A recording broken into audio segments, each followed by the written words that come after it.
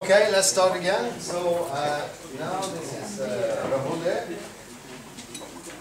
and I think yeah. Are you going to sit there? You stand. Okay, good.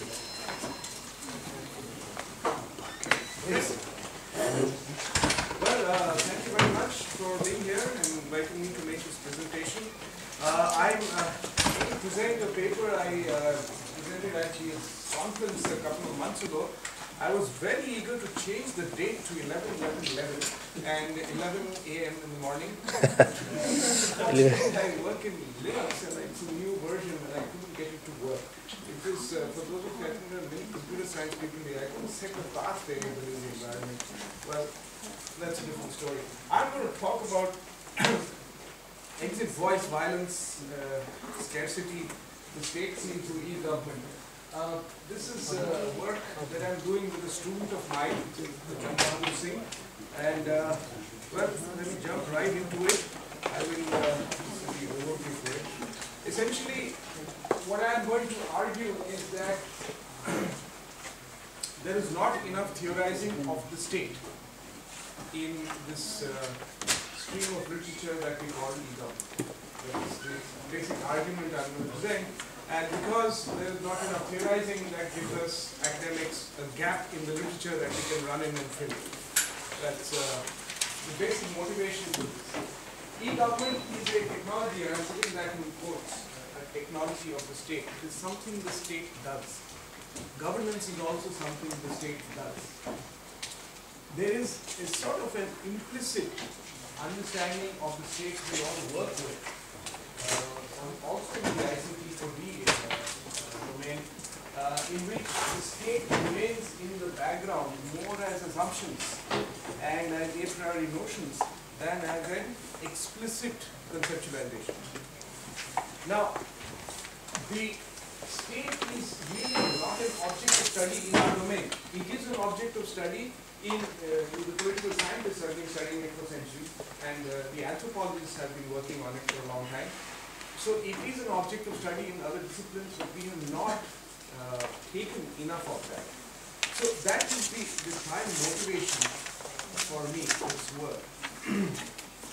Now, if you go back and look at what the state is, there are various notions of the state. In the popular literature, in the popular press actually, we talk about the state and the market. It's a usual binary that's created. So the market will determine what the state will determine. Sometimes you have non-state actors like NGOs, for instance. They're not part of the state, they're not part of the market. So that's the understanding we carry around with us. Now, the state is also used with the word the nation. And sometimes we use the hyphenated word nation-state. There is a slight difference that the anthropologists, I'm quoting Sharma and Gupta here, who say that the nation has a cultural connotation. It's we are the nationals of certain Siraj is the national of Bangladesh, I'm an Indian national, and this has more to do with the culture that we have ascribed to ourselves than a physical geographical boundary, which the state seems to signify. And the territorial control, the sovereignty is associated more with the state than with the nation, roughly speaking. Now, what has happened in the modern age is that things like the state and nation have kind of got a little bit messed up. We in India keep complaining about all the Americanization that is creeping in. Why do we complain? Because that is not a national culture. Halloween in Bangalore is unheard of. But kids are doing Halloween in Bangalore. That is a corruption, as we say. And why we say it's a corruption is of course a cultural foundation. The state also is in some ways losing its sovereignty because we complain, especially in the South Asian context, the World Bank seems to be telling us what to do more than we are determining. So there is a overlay of the World Bank just stepping in. Finally, one can say that the state provides the mechanisms of rule. So the entire bureaucracy, the whole technology of again the word technology is in course, of running elections, having democracy, voting 40% of the in India it's a little higher, but in more developed nations like United States, I think it's less than 40% of the population that actually votes and bring in people into power. So these mechanisms of rule of democracy are what the state provides for us, and other states will provide in different ways. It's not the same across the world. Now, here's a quote from Sharma and Gupta, and the point here is, how do we, ordinary people, see the state? So let's just read it out. The sphere of everyday practices is the primary arena in which people learn something about the state. Whether it is the practice of standing in line to obtain monthly rations, or to mail a letter, getting a statement notarized, or answering the questions of an official surveyor, paying taxes or getting audited, applying for a passport or attending a court hearing, the state as an institution is substantiated in people's lives through the apparently banal practices of bureaucracies. So here the question is now, and I'm shifting it towards not the objective argument of what the state is, but the more subjective experience view of what we see as the state. What does it mean to me as a citizen of India? What is the state? It's when I have to queue up to get a driver's license, or to pay a bribe, or to try and seek an appointment with an official. That is how I experience the state. That's the meaning of the state you're looking at, and that has fairly deep consequences. And here I'm looking at some theory from Corbridge, a wonderful book called Seeing the State, Corbridge and others, 2005. When you see the state, you encounter or experience it in everyday practices. And this is true for practically everybody in developing countries, particularly for marginal populations, for whom the state means long queues, for whom the state means just hanging around most of the day, trying to get your file in edgewise, to bribe somebody, get hold of an agent. That's what the state is viewed, is seen. Now, citizens see the state as both providing. The state is also a provider of incentives. There are many schemes that run in all developing countries. The state has schemes for education, for health, for providing incentives for agriculture and so on. So you want to encounter the state, you want to engage with it because you want to access those schemes. On the other hand, it also extracts. The state also extracts.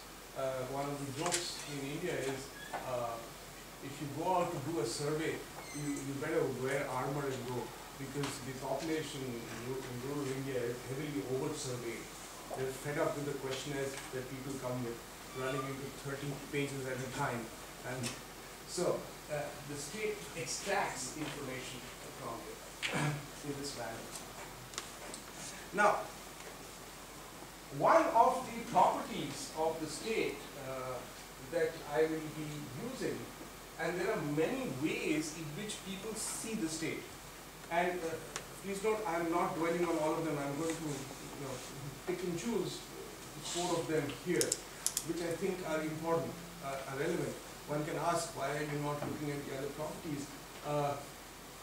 Well, one is the practical concern for reasons of putting a paper in so many pages. The other is, this is the most relevant for the work we are doing. So scarcity is a property of the state, which is very important, which means the state is not accessible, it's not available. If you look again in the South Asian context, the last person who represents the state in a village is usually known as a village accountant. There are various names for it in India, Lekpal and Talati, who are sort of the last mile where the state shows up. The other encounters you have with them are perhaps the post office. There are 150,000 post offices in the country of India. It seems like a lot. Actually, it's not too many. Some of them are very small. They are not really the state, but they are run by the government. And of course there is the police. Now, police is also scarce. It's not available. It's not there in your village, by and large. If you live in an urban area, that's fine, they're present, but they're not available. So this scarcity of the state is also, there are 2 points there. One is there are these policy prescriptions that people argue, people sitting in Delhi are making a policy for the rest of the country, whereas the critics argue you really don't know what's going on. So you come up with these plans and schemes, but you're sitting in and this term is used quite often, you're sitting in an air-conditioned office and deciding the fate of people who have to suffer the heat.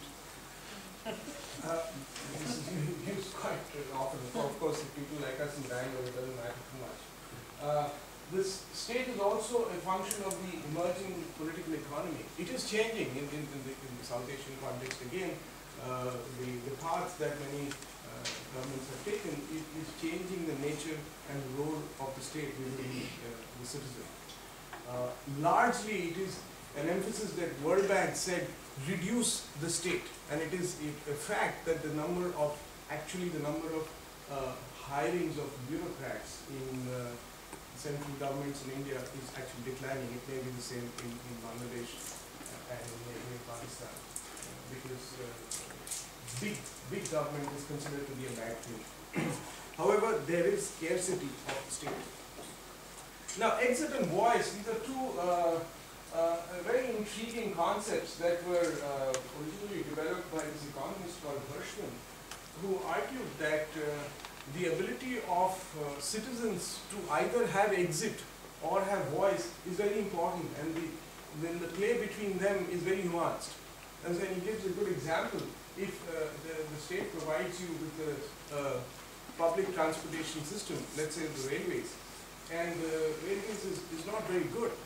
For some citizens, if you don't like the train system because it's late or it doesn't work very well, you may exit it. You may say, okay, I won't take the state-provided trains, I'll take private transportation.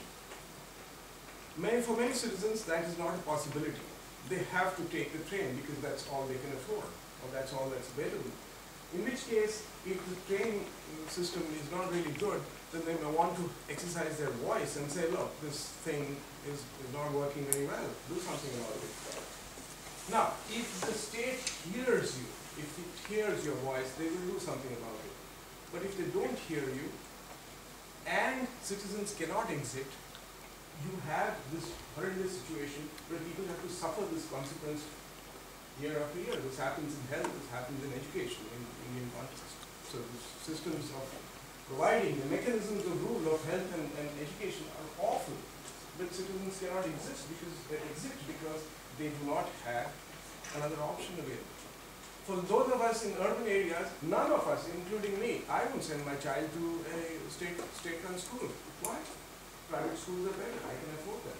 They're much better. And I think you'll see this is true in very large parts of developing countries. State-run schools are not good. We will not send our children there. We have the option of exit. And because we have exited, we don't exercise voice. I, for one, am a person who can exercise voice and complain, the school is not good enough. But I'm not going there. I'm not sending my child there. And that nuance is very, very important. So those who can exercise voice don't do so because they're exited themselves in that way. Now, the last one is violence. Why am I putting this up? It's a very tricky one when I'm on camera, I understand. Violence is, if you take Weber's definition, Max Weber's classic definition of the state, is not one that provides the mechanisms of rule. Weber said the state is defined as the only agency that has sole authority over legal violence. Putting it crudely, the state is the only agency that has the right to beat you up, legally. And it is exercised either through the police or through the army or other bodies, but the right to exercise violence is what defines the state. None of us have that right. In fact, it's illegal for us to use violence as ordinary citizens. So this is the property of the state.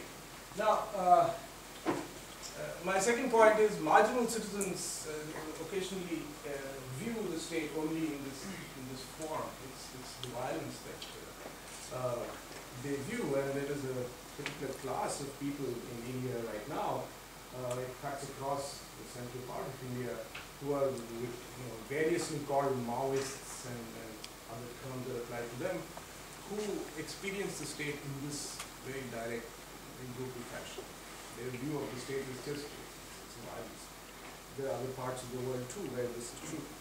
Now, as I said before, e-government literature implicitly assumes the role and function of the state. Now, this is a stream of literature which is now quite strong. There are many journals, many conferences that we go to, and people are talking about all sorts of things in there about how you can use information technology.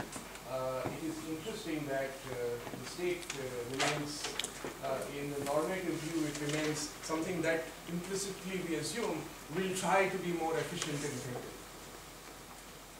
The implicit assumption is that the state wants to be. So why does, well, in Sweden you pay your taxes online, why did the state enable that? Because the state wants to be efficient and effective. The descriptive view of the state is revealed in certain papers, and in my paper I've gone through some of the classics, most cited papers, is because the state, the intention of the state is to do certain things, and there are deep structures, there are core beliefs, etc., by which you understand why there are as Dorothy was pointing out, intended and unintended consequences of the technologies that are used. So, what was the research question we had? How is the state viewed through the lens of an e-government system? Simple thing, the state, there is a certain view citizens have of the state, and I'm looking particularly at marginal citizens. When you introduce e-government technologies, ICTs, how does that view change? That's the basic research question. Or does it change? So what we did was we looked at a system in a very remote district of India. It's called the Sitapur district in northern part of India, one of the poorest regions in the country. My co-author, JV, he lived in this village for about 2 months, and he used the ethnographic case study approach. And our particular emphasis was on non-dominant castes. For those of you who are not familiar with this phrase, castes are kinship communities. Or you can say that they're sort of communities that are determined either by profession or local regions, sometimes by languages. And you can think of them as communities in which people, they marry within the community. That's one way of defining it. These are brotherhoods also. So castes are very strong in India, and then there are this notion of dominant and non-dominant castes. Even in modern India, in a village, there will be certain groups of people who are dominant, belong to a dominant caste. It's not necessarily that they are numerically superior or that they are richer. It's just that they are dominant. For some historical reason, they may belong to a dominant caste. Now, the system we were looking at, and this is the e-government system, is the Lokvani system, which is basically a complaints registration system. In the older method, and that's on the left is the manual method, and they could go to any department, D1, D2, or D3, and DM is the district magistrate, and they could register a complaint and saying, okay, I'm not getting my water, or I'm not getting electricity, I find the petition, it hasn't come through, and so on. And in the automated version, you go to a website, you go to a kiosk, pay 10 rupees, you file a complaint, you're given a complaint number, and you basically track it. And if you notice, the complaint goes to the district magistrate office, and the district magistrate then decides which department to send it to, which is actually an interesting innovation, because half the time people couldn't figure out where to file their complaint, which department to go to. Here are some pictures of Lokvani in the Sitapur district. Sitapur is, as I said, quite an economically backward district with very strong caste divisions. And this is what one kiosks look like. Here's another picture. This is just of, so you see an old Suzuki 800 stuck inside a cowshed. And the gentleman here, who belongs to a dominant caste community, having his lunch. Now, scarcity, did Lopani have any impact on scarcity? And the argument, the answer is yes. It reduced the scarcity of the state, made it more available. And this is one of the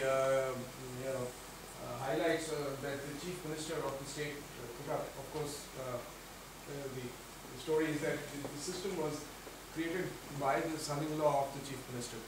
So he was quite pleased to announce its success. Soon after he lost the elections, this system would have been kicked out by the subsequent chief minister, but they let it stay.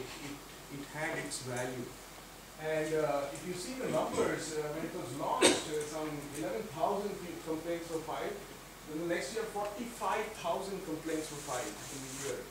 And then subsequently declined.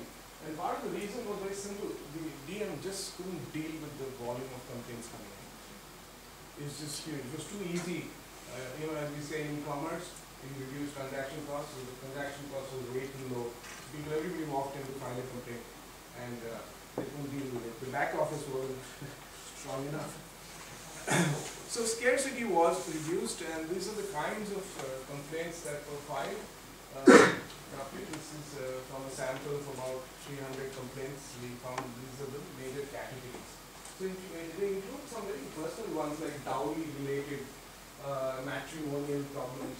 People generally complain. My husband is not being nice to me. Complain to me. Now, I'm going to take some examples here, and I'm running out of time here a little bit. Exit. This is a very popular case of Mr. Rahul of Sitapur, of a non-dominant caste, who had been chasing up a complaint for about 10 years. He'd been going after and chasing his file, and of course the DM would throw him out and say, we're working on it. And when Lopani showed up, he exited his earlier engagement. He stopped chasing that file, and he filed through Lopani. And, well, did his complaint get addressed? Not really, but he was happy that he could now get a different form of engagement with the state. I didn't get it. The important part here. But he could say something to the state. So the exit here is in a very nuanced way we are seeing it. That is exiting from an earlier engagement and re-engaging with the state. That's possible. Now, look at voice here. Voice is the ability to talk back to the state. And this is the example of Damayanti. She said, well, she was thrown out by her husband, and when she went to complain, they said, well, it's not our business. And then she went and filed in Lopani.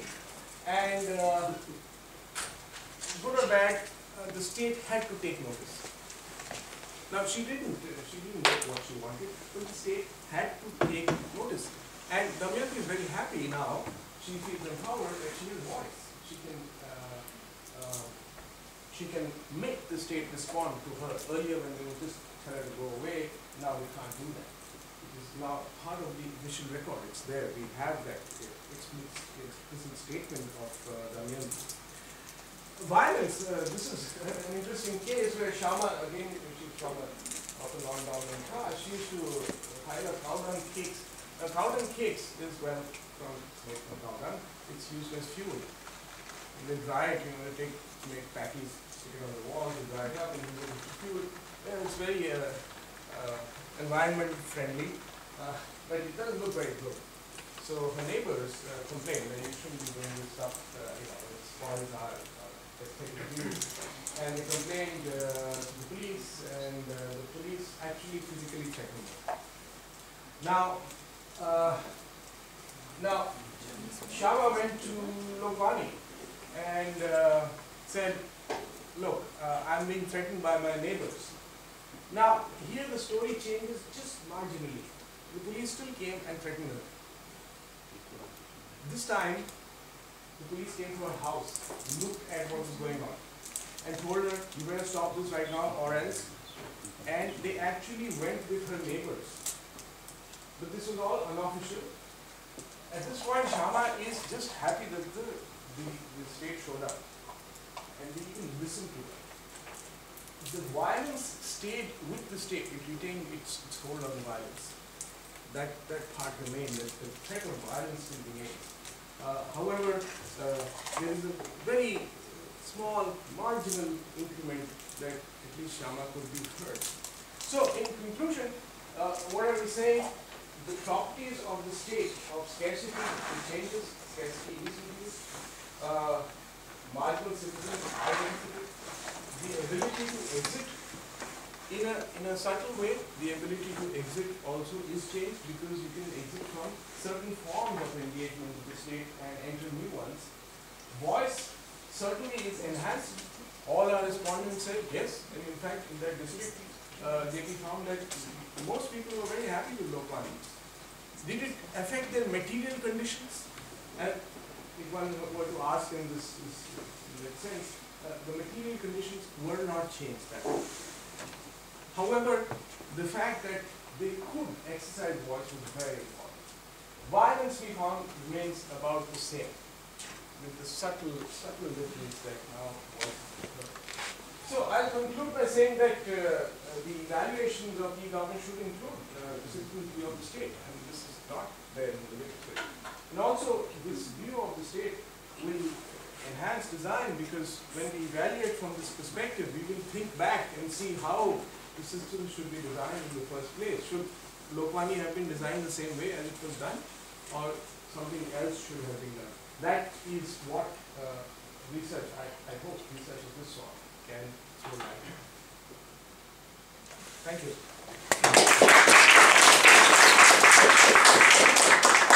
Thank you very much. So, any comments or questions to this? Janet? No? Forming my question. Mo? So I just want to point out that 11/11 went by without You notice. just missed it. Yeah, we didn't notice it at all. So I guess we can talk about it in that. So, as a good Finnish friend of mine will say, this Lokmani, so why do it? I mean, it's you know, all this stuff, same stuff happens now. They're happy that they're being oppressed.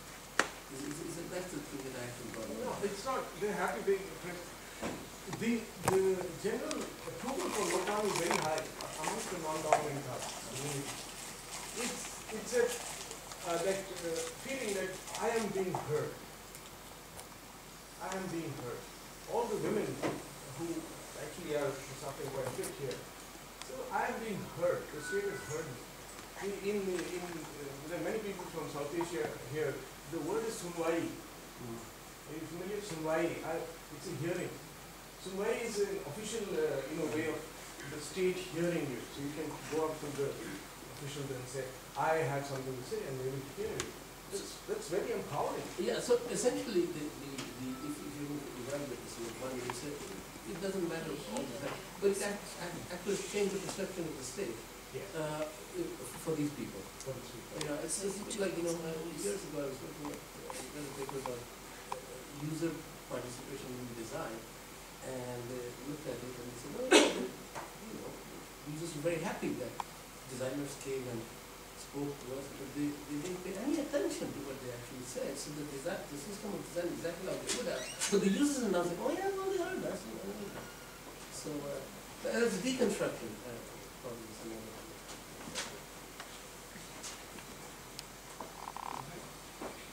Anything else? Yes? It sounds like,